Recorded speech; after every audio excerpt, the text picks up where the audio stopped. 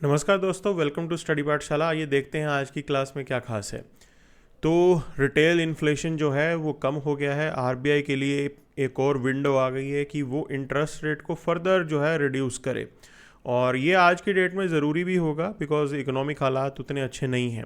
सो IMD ने predict किया है कि अबव नॉर्मल जो है मॉनसून होने वाला है, तो हम सब के लिए एक अच्छी चीज़ है क्योंकि ये इंडियन इकोनॉमी के लिए बूम हो सकता है। देन मेंटिस श्रिम्प के बारे में जानेंगे। तो यूपीएससी के लिए जब आप प्रिपेयर करते हो तो स्पीशीज़ इन न्यूज़ एक ऐसा टॉपिक है जिसको आपको अच्छे से कवर करना होता है, तो वहाँ पे मेंटिस श्रिम्प जो है उनके बारे में हम जानकारी लेंगे। And then Tamil Nadu governor case के ऊपर एडिटोरियल है, कुछ चीज़ों को यहाँ पे पॉइंट आउट किया है उन्होंने, और जुडिशरी को लेके भी बात की गई है। And then hydrogen factor. तो आज हमें रिन्यूएबल एनर्जी चाहिए और रिन्यूएबल एनर्जी के अंदर हम चाहते हैं एनर्जी मिक्स। क्लियर? तो डिफरेंट डिफरेंट सोर्सेज से आपके पास एनर्जी आनी चाहिए और क्लीन एनर्जी आनी चाहिए, तो उसको जानेंगे यहाँ पे। सो आइए शुरू करते हैं फ्रंट पेज से। तो रिटेल इन्फ्लेशन जो है वो अपने लोवेस्ट पे चल रहा है since 2019 and that's a great news. Multiple factors हैं जिसकी वजह से इन्फ्लेशन जो है ये कम हुआ है। तो आज की डेट में अगर आप ऑयल प्राइसेस की बात करें तो that is also at the lowest level, तकरीबन 59 या $60 पर बैरल जो है वो आपके यहाँ पे तेल का रेट चल रहा है, तो वो भी ऑल टाइम लो चल रहा है। उसका इम्पैक्ट क्या होता है कि आपकी जो ट्रांसपोर्टेशन कॉस्ट है या बाकी लॉजिस्टिक्स कॉस्ट है वो थोड़ा रिड्यूस हो जाता है। ठीक है, तो ये एक अच्छी पॉजिटिव जो है डेवलपमेंट है यहाँ पे। एंड देन अगर आप बाकी हालात देखेंगे तो there was no you can say major crop failure.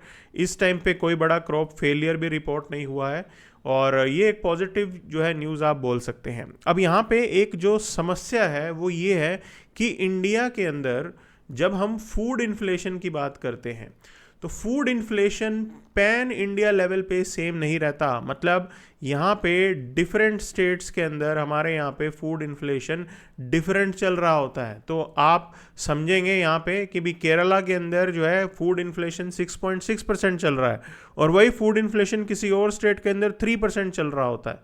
तो ये एक बड़ा मिसमैच है यहाँ पे। अभी एट प्रेजेंट इस माइक्रो लेवल पे, ये जो है डिसेंट्रलाइज लेवल पे हम चीज़ों को मैनेज नहीं कर पाए हैं, तो उसको लेके गवर्नमेंट की पॉलिसी ज़रूर होनी चाहिए। डेफिनेटली मॉनेटरी पॉलिसी जो है एक रोल प्ले करती है, but that is not an and कि रिजर्व बैंक ऑफ इंडिया के पास सिर्फ कुछ ही चीज़ें हैं जो देख सकती हैं। उसके अलावा गवर्नमेंट को मल्टीपल स्टेप्स यहाँ पे लेने की ज़रूरत है। अब देखिए ज़रा ये सवाल, आप ये प्रीलिम्स 2023 का क्वेश्चन है, ठीक है। तो इसमें पूछा गया कि देखिए पोस्ट पेंडेमिक रिसेंट पास्ट में बहुत सारे सेंट्रल बैंक्स ने इंटरेस्ट रेट हाइक किए। बिल्कुल सही बात है, इंटरेस्ट रेट हाइक इसलिए किए बिकॉज इन्फ्लेशन जो है वो अंडर कंट्रोल लेके आना था। इन्फ्लेशन कंट्रोल करने के लिए क्या किया जाता है, फ्लो ऑफ मनी को कम किया जाता है। ठीक है, तो इस कारण से इंटरेस्ट रेट जो है उन्होंने बढ़ा रखे थे। तो फ्लो ऑफ मनी रिड्यूस करना होता है जिससे आपका इन्फ्लेशन कंट्रोल आ जाए। फिर जब इन्फ्लेशन कंट्रोल में आ जाता है तब आप फ्लो ऑफ मनी को जो है इंक्रीज़ कर सकते हैं, और रिजर्व बैंक ऑफ इंडिया भी अभी वही कर रहा है। तो रिसेंटली अभी रेट कट हुआ है, आने वाले टाइम में आपको और रेट कट्स जो हैं वो देखने को मिल सकते हैं अगर यही अच्छे हालात हमारे रहे। ऑलरेडी हमने प्रेडिक्ट कर दिया है कि मॉनसून जो है वो हमारा स्मूथ जाएगा। पहले ऐसे अक्सर डर दिखाए जा रहे थे कि भाई इस साल शायद थोड़ा कम हो जाए, तो कोई क्रॉप फेलियर यहाँ पे नहीं होगा and things will be fine. तो उसके अकॉर्डिंग जो है ये अच्छी चीज़ है कि आपकी इकोनॉमी एक बार गुड हेल्थ में जा रही है। तो सेकंड स्टेटमेंट देखिए, ये कह रहा है कि central bank generally assume that they have ability to counteract the rising consumer price via monetary policy means. So from monetary policy angle if you see this particular statement is correct, ये बिल्कुल ही सही सवाल है, सही statement है। So both the statements they are correct, दोनों के दोनों स्टेटमेंट्स ये है यहाँ पे सही हो जाते हैं। अब यहाँ पे आप इसको देखिए, ये इसका पूरा डिटेल एक्सप्लेनेशन था। Moving to next, so IMD ने फोरकास्ट किया कि अबव नॉर्मल मॉनसून इस साल होने वाला है and that is going to be great thing for us because monsoon पे बहुत सारी चीज़ें डिपेंडेंट हैं। अब देखिए मॉनसून अच्छा होगा, वैसे तो हमारे यहाँ पे इरिगेशन समवेयर अराउंड 50% इरिगेशन हो चुकी है, but still monsoon plays important role. Monsoon के अंदर होगा क्या यहाँ पे, तो अगर हम इंडियन इकोनॉमी की बात करते हैं या आप यहाँ पे बात करिए एग्रेरियन इकोनॉमी की, clear. So when we talk about agrarian economy and agrarian economy में जो हमारी मेजर पॉपुलेशन है वो अभी भी उस एग्रीकल्चर के ऊपर ही डिपेंडेंट है, और वहाँ पे जो है ये एक मेजर एग्री इकोनॉमी को देखेंगे तो जब एग्रीकल्चर अच्छा चलता है हमारे यहाँ पे, तो रूरल जो फोक्स होते हैं they will buy lot of things, वो बाइंग करते हैं जब क्रॉप सीजन कंप्लीट हो जाता है, and that buying thing will create demand, ठीक है, demand for jobs in urban areas, ठीक। तो ये इस तरीके से आपकी इकोनॉमी जो है ये चलती है, and it's a you can say this is how we are interlinked, interdependent. और जो है IMD ने बोला है कि अबव नॉर्मल मानसून होगा, तो that's a good you can से न्यूज़ फॉर अस। अब ये आप प्रीलिम्स 2014 का सवाल देखो, इन्होंने कहा कि season reversal of winds is a typical characteristics of, तो ये मॉनसून टाइप ऑफ क्लाइमेट का जो है ये आप बोल सकते हो फीचर होता है। इसके अंदर होगा क्या कि मॉनसून के अंदर हमारे यहाँ पे जब लैंड बहुत ज़्यादा गर्म हो जाती है तो समुद्र से जो है हवाएं लैंड की तरफ चलती हैं, फिर ओवर द टाइम होगा क्या कि सी ज़्यादा गर्म हो जाएगा एज़ कम्पेयर टू लैंड, तो वो जो विंड्स हैं वो बैक ट्रैक करती हैं, that is what reversal of winds means. तो इस तरीके से चलता है। इक्वेटोरियल क्लाइमेट जो है वो सेम सा रहता है, और मॉनसून क्लाइमेट के अंदर वेट और ड्राई सीजन आपके इस तरीके से चलते हैं, ठीक है। तो ये की पॉइंट है जिसका हमें आइडिया जो है यहाँ पे लगा के चलना होता है, थोड़ा पता होना चाहिए। Now moving further, mantis shrimp के बारे में बात कर रहे हैं, तो ये under water heavy weight mantis shrimps हैं, बड़े अच्छे प्रेडेटर माने जाते हैं, तो कलरफुल अपीयरेंस होती है, 10 सेंटीमीटर लॉन्ग होते हैं, और क्रस्टेशियन जो ग्रुप है उसको ये बिलोंग करते हैं। देखो ये चीज़ हमें पता होनी चाहिए। अब देखिए स्पीशीज़ इन न्यूज़ है, और स्पीशीज़ इन न्यूज़ पे UPSC भर भर के सवाल जो है वो कर रहा है, तो ये आज की अखबार में आया, आपको अच्छे से इसको कवर अप करना है। अब इसके प्रेडेटरी स्किल्स के अंदर क्या खास चीज़ होती है, इसके पास एक हैमर शेप्ड अपेंडेज है जिसकी हेल्प से जो है ये अपने शिकार को मारता है। और कैसे करता है, दरअसल उस पर्टिकुलर अपेंडेज से एक हैमर की तरह काम करेगा, और वो हैमर कितनी तेज चलेगा, 23 मीटर पर सेकंड की स्पीड से चलेगा, बहुत फास्ट है, that is 50 times faster than the blink of eye, okay. और it will be like a bullet, एक गोली की तरह ये होता है, और इमीडिएटली जो है ये प्रे को मार देता है, ठीक है। इसको बोला क्या जाता है, इसको डैक्टाइल क्लब बोला जाता है, तो ये आपको याद रखना है, डैक्टाइल क्लब एक पर्टिकुलरली ये जो है हमारे यहाँ पे मेंटिस श्रिम्प का फीचर है, ठीक। अब कई लोग ये कहते हैं कि भी डैक्टाइल, अगर ये डैक्टाइल आप बोल सकते हो क्लब की इम्पैक्ट से जो है आपका प्रे मरेगा, तो उसका तो रिकॉयल भी होना चाहिए, क्योंकि जब हम गोली चलाते हैं तो झटका पीछे की तरफ भी आता है ना, तो ये कहते हैं कि भी कैसे ये सहन कर जाता है, ठीक। तो ये नेचर ने बनाया है, काफ़ी ये इलास्टिक होता है यहाँ पे, ठीक है ना, तो इमीडिएटली जो है अगर झटका आए भीगा तो they will be able to handle it, ठीक, बिल्कुल आराम से। नेचर ने ही ये बना के भेजा हुआ है, जो उसके जो टेंडन्स होते हैं वो बहुत अच्छे तरीके से उतनी फ्लेक्सिबिलिटी रखते हैं कि वो हल्का सा रिकॉयल आएगा तो वो झेल जाएगा इस चीज़ को, कोई खास प्रॉब्लम इसमें नहीं होती है, ठीक है। तो you should be knowing about these facts. अब देखो ये सवाल देखो प्रीलिम्स 2021 का, जिसमें बोला गया consider the following kinds of organisms, so copepod, cyanobacteria, diatoms और फोरामिनिफेरा। तो अभी इन्होंने पूछा है कि बताइए इनमें से कौन से जो है प्राइमरी प्रोड्यूसर होते हैं, ठीक है। तो इसके अंदर प्राइमरीली कॉपपॉड्स की बात करें तो they are small crustaceans found in nearly every water, और सॉल्ट वाटर में भी मिलते हैं ये, और यहाँ पे वर्ल्ड ओवर मिलता है, ठीक है। साइनोबैक्टीरिया, अच्छा, they are the major primary consumers, ठीक, ये प्राइमरी कंज्यूमर्स में फॉल करता है।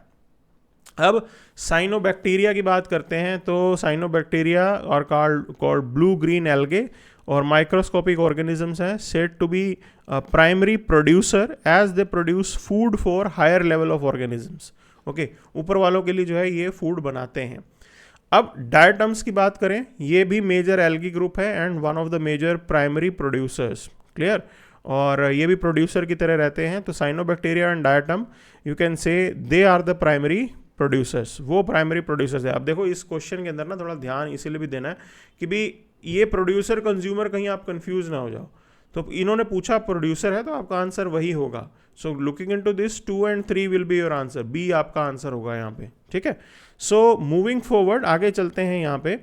अब देखिए proclamation of democracy in legislative process इन्होंने बताया, जो रिसेंट जो है तमिलनाडु केस का जजमेंट आया है, और सुप्रीम कोर्ट ने कंप्लीट जस्टिस को फैसिलिटेट करते हुए आर्टिकल 142 आपको याद रखना है, because things can be asked, ठीक। इसका क्या मतलब होता है, इसका मतलब ये होता है कि इफ़ लॉ इज़ अवेलेबल और लॉ इज़ नॉट अवेलेबल, अगर कानून होगा या कानून नहीं होगा, अगर कानून होगा भी तो if that law is creating hurdle in justice, अगर कोई कानून हर्डल क्रिएट कर रहा है तो भी ये नहीं रुकेंगे और सुप्रीम कोर्ट जो है वो कंप्लीट जस्टिस के लिए कुछ एडिशनल एफर्ट्स यहाँ पे कर सकता है. That is the power that constitution has provided to the supreme court under article 142. वो बात यहाँ पे पॉइंट आउट की गई है. अब हमने यहाँ पे कोर्ट ने किया क्या, गवर्नर के ऊपर और प्रेसिडेंट के ऊपर दरअसल टाइम लिमिट लगा दी. And this time limit was you can say required because otherwise अगर आप डिसाइड ही नहीं करोगे तो कैसे जो है गवर्नेंस हो पाएगा. तो ये एक मेजर पॉइंट यहाँ पे उन्होंने बोला और इस जजमेंट के अंदर इन्होंने सरकारिया कमीशन को भी हाईलाइट किया.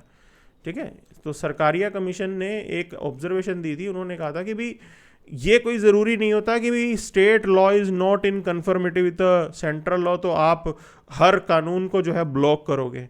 That is not a ground. ये उन्होंने सरकारी कमीशन ने बोला है कि गवर्नर को बिल्कुल रीजनेबल होकर ये काम करना है. ज़रूरी नहीं है कि हर केस के अंदर आप इसको मामला बनाते हुए और everything you are keeping it to be reserved by president और प्रेसिडेंट उसके ऊपर डिसाइड नहीं कर रहे हैं, तो that itself will be a hurdle. Clear, वही चीज़ यहाँ पे इन्होंने पॉइंट आउट की है. तो article 200 governors duty regarding state bills withhold करेंगे, अप्रूवल देंगे या रेफर किया जाएगा प्रेसिडेंट को. और article 201 president's obligation on reserved bills. Okay, या तो प्रेसिडेंट उसको रिटर्न कर देंगे रिकंसिडरेशन के लिए या उसे विदहोल्ड करेंगे या उसको असेंट देंगे. तो यहाँ पे चीज़ों को क्लैरिफाई किया गया है कि ज़रूरी नहीं है कि आप हर बात में जो है हर्डल ही क्रिएट करोगे. ये कोर्ट ने पॉइंट आउट कर दिया है and that's a great thing. अब इसके अंदर हाइड्रोजन फैक्टर की बात करें तो देखिए एनर्जी की डिमांड जो है वो हमारे यहाँ पे इंक्रीज़ होने वाली है and if your economy is going to boom definitely energy will be required. अब बात यह है कि क्लीन सोर्सेज हमें एक्सप्लोर करने हैं. उसके अंदर एक न्यूक्लियर है, बट न्यूक्लियर की लिमिटेशन ये होती है महंगा थोड़ा पड़ जाता है. ठीक, मैक्सिव जो है इलेक्ट्रिफिकेशन की रिक्वायरमेंट है आज की डेट में और लोगों का स्टैंडर्ड ऑफ लिविंग इंप्रूव करना है तो इलेक्ट्रिसिटी इज़ मस्ट. ठीक है, तो अब बात इसके अंदर ये आती है कि भाई आप यहाँ पे फॉसिल फ्यूल का रोल क्या कर रहे हो. या तो आप उससे इलेक्ट्रिसिटी जनरेट कर सकते हो कोल को जला के प्राइमरीली, या आप हीट मतलब कोयला हीट के लिए भी जलाया जाता है और फिर आप जो है स्टील मेकिंग में कोक का यूज़ होता है. ठीक है, coke is nothing but pure form of coal only. तो उसी का इस्तेमाल करके और जो है ये आप स्टील बनाते हो.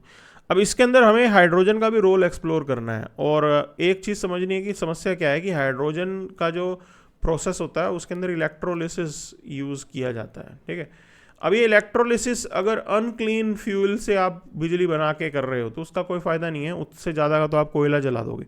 That is not going to do a great benefit to us. तो इसीलिए इसको बहुत ही अच्छे तरीके से करना है कि भाई the electricity that we are using that electricity should be from the clean source. वो बिल्कुल अच्छे रिन्यूएबल क्लीन सोर्स से आनी चाहिए, वो हमारा फोकस होना चाहिए. तो right now what are the targets that we have. So aspirational target of 100 gigawatt of nuclear by 2047 and already we are working in that direction. So 700 megawatt का pressurised heavy water reactor हम लोग अलग अलग जगहों पे लगा रहे हैं. तो ककरापार राजस्थान में 2 यूनिट है, हरियाणा में 2 यूनिट है एंड थिंग्स आर फाइन. ठीक, अभी और रिएक्टर जो है यहाँ पे आने वाले हैं और न्यूक्लियर डील के अंदर भी कुछ चीज़ों को ईज आउट किया गया है. तो लो कार्बन सोर्सेज की बात करें तो hydro is there, nuclear is there, solar is there, wind is there. इन सब के ऊपर हमें काम करते रहना है. अब देखिए coal fired plants currently flexed to balance the supply and demand. बिल्कुल ये चीज़ ज़रूरी है क्योंकि एनर्जी मिक्स चाहिए आपको. आप आउटराइटली सिर्फ इनके ऊपर डिपेंड नहीं हो सकते हो. किसी दिन हवा नहीं चली तो विंड नहीं काम करेगा, बादल आ गए तो सोलर नहीं काम करेगा. न्यूक्लियर है कंसिस्टेंट बट यू नो इसका जेस्टेशन पीरियड बहुत ज़्यादा है. और हाइड्रो की अगर आप बात करते हो तो पानी ज़रूरी नहीं है कि हर समय आपके पास डैम में हो. खासकर जो लीन सीजन होता है हमारे यहाँ समर्स का, उसमें पानी अवेलेबल ही नहीं होता. So that's why we need energy mix. तो कोयला रहेगा ही रहेगा बट उसका जो यूटिलिटी है, उसका परसेंटेज है, वो थोड़ा कम करना है हमें. That is the idea. अब न्यूक्लियर पावर प्लांट्स को बहुत ज़्यादा अगर हम बढ़ा देते हैं तो फिर ये हमारे लिए कहीं टेक्निकल चैलेंज ना हो जाए. दूसरी चीज़ ये भी है भैया, रिस्क भी बहुत है. ठीक है, कॉस्ट बहुत ज़्यादा है, महंगा बहुत पड़ता है. एडवांस्ड रिएक्टर्स जो हैं वो आपको चाहिए बट वो हम बना रहे हैं. हम ज़रूरत है हमारी टेक्नोलॉजी जो है वो आपको चाहिए होगी एंड कंट्रीज़ के ऊपर आप डिपेंडेंट रहोगे. हाइड्रोजन प्रोडक्शन की बात करें तो electrolysis of hydrogen production using surplus electricity that can be done. और हाइड्रोजन जो है हमारी इंडस्ट्री में भी यूज़ होता है आप जो है उससे बिजली भी बनवा सकते हैं, ये सारी चीज़ें हम कर सकते हैं। और गवर्नमेंट जो है ग्रीन हाइड्रोजन प्रोडक्शन को इंसेंटिवाइज भी कर रही है। तो हमने ये पहले भी सुना है कि भाई ग्रीन हाइड्रोजन प्रोडक्शन, आइडिया यही है कि भाई ऐसा ना हो कि उसके पीछे जो बिजली आप यूज़ कर रहे हो वो अनक्लीन हो। तो there should be clean source of, you can say, electricity that can be utilized to generate hydrogen electrolysis के थ्रू। तो ये एक मॉडल हमारा ज़रूर हो सकता है। हाइड्रोजन के ऊपर हमारा वैसे भी फोकस है और गवर्नमेंट भी काफ़ी इंटरेस्टेड है हाइड्रोजन बेस्ड जो है प्रोडक्शंस को और इंक्रीज़ करने में। So that was, you can say, the news that we have for today. अब देखिए, elephant tramples to death 2 more people in Kerala. अब ये मैन एनिमल कन्फ्लिक्ट जो है ये बड़ी समस्या है यहाँ पे। तो ये इंक्रीज़ होने वाला है, क्यों? हमारे पास लैंड जो है वो लिमिटेड है and we have to save, you can say, wildlife as well, वो भी हमें बचानी है और साथ साथ फार्मर को भी बचाना है। तो ये सारे फैक्टर्स कभी कभी दिक्कत क्रिएट करते हैं। बहुत डिफ़िकल्ट है ये मैनेज करना, but that's a challenge we have to take on. Cyber fraud को डील करने के लिए सीबीआई ने खास ऑपरेशन चक्रा जो है वो लॉन्च कर रखा है और बहुत सारे जो डिजिटल अरेस्ट करने वाले लोग हैं उनको पकड़ा जा रहा है अब यहाँ पे। That itself became a very big headache. बहुत ज़्यादा सरदर्दी जो है ये हमारे लिए बन गई थी। Okay, so that was the point here. अब इस चीज़ को समझेंगे। अब majorly things have been covered, चीज़ें कवर कर ली हैं। इंटरनेशनल पेज पे ही सीधा चलते हैं तो वहाँ पे कुछ बच तो नहीं गया, उसको देखते हैं। मोर और less things are covered. Okay, now talking about your world page, तो अभी again the same type of scenario is going on. Trump is turning to be authoritarian and this is not liked by some set of Americans. Okay, तो ये सरदर्दी चल रही है and he loves to remain in news. तो उनको मज़ा आता है यहाँ पे। और चाइना को कह रहे हैं कि भाई चाइना को इनिशिएट करना है अब। तो कैसे होगा, क्या होगा कि भाई टैरिफ डील को लेके। अनदर देयर इज़ डेवलपमेंट, देखिए यूएस ईरान न्यूक्लियर टॉक्स तो चल ही रहे हैं, ठीक है, न्यूक्लियर डील बनाने के लिए वो बात कर रहे हैं, लेकिन उसके ऊपर प्रेशर डालने के लिए ईरानियंस के लिए उन्होंने दूसरा एयरक्राफ्ट कैरियर भी अपना वेस्ट एशिया के पास मंगवा लिया कि हम प्रेशर करेंगे इनके ऊपर। और उसके पास उस फाइटर जेट पे, मतलब उस एयरक्राफ्ट कैरियर में F-18 एंड F-35 वो जो है प्लेन्स रेडी रहते हैं। तो these are the developments. Okay, so we have to see what will be the outcome once this Iranian deal is out. तब इंडिया को पता लगेगा कि कितना फ़ायदा कितना नुकसान है। So this is something that we have for today. Thank you very much.